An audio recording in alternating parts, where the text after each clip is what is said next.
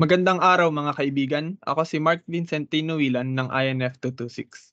Pag-uusapan natin ang kasaysayan ng wikang pambansa. Bago natin simulan, bigyan diin natin ang pagkakaiba sa Filipino, Pilipino at Tagalog. Filipino, ito ang opisyal na wika ng bansa na naglalaman ng mga elemento mula sa iba't ibang wika sa Pilipinas. Pilipino, ito ang tawag sa mga mamamayan ng Pilipinas at ito ang pundasyon ng ating pagkakakilanlan.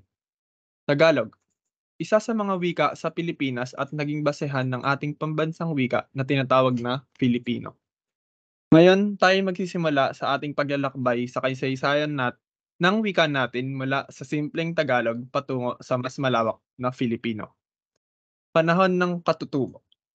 Noong sinaunang panahon, bago pa man tayo masakop ng Kastila, may sarili ng sistema at wika ang mga katutubo. Sila ay magaling sa kalakalan at may sariling baybayin. Subalit, nang dumating ang mga Kastila, ipinilit nilang baguhin ang wika at ipinasunog ang baybayin.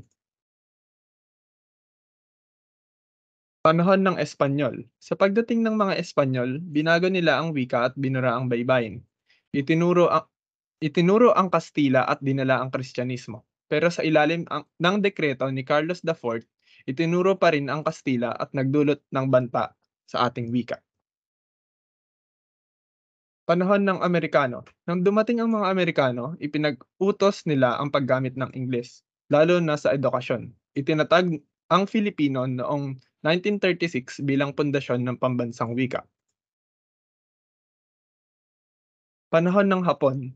Noong panahon ng Hapon, ibinasuro ang Ingles at ipinagamit ang Tagalog at Nihongo. Ginawa ito para alisin ang impluwensya ng mga Amerikano. Sa kasalukuyan, ang Filipino ang pambansang wika. Itinatag sa Batas Commonwealth 570, subalit may mga pagbabago tulad ng Filipino sa halip na Tagalog bilang pambansang wika.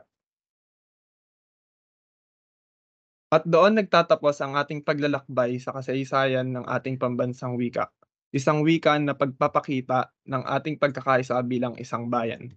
Salamat sa pagtutok at itaguyod natin ang halaga ng ating wika para sa mas matatag na kinabukasan.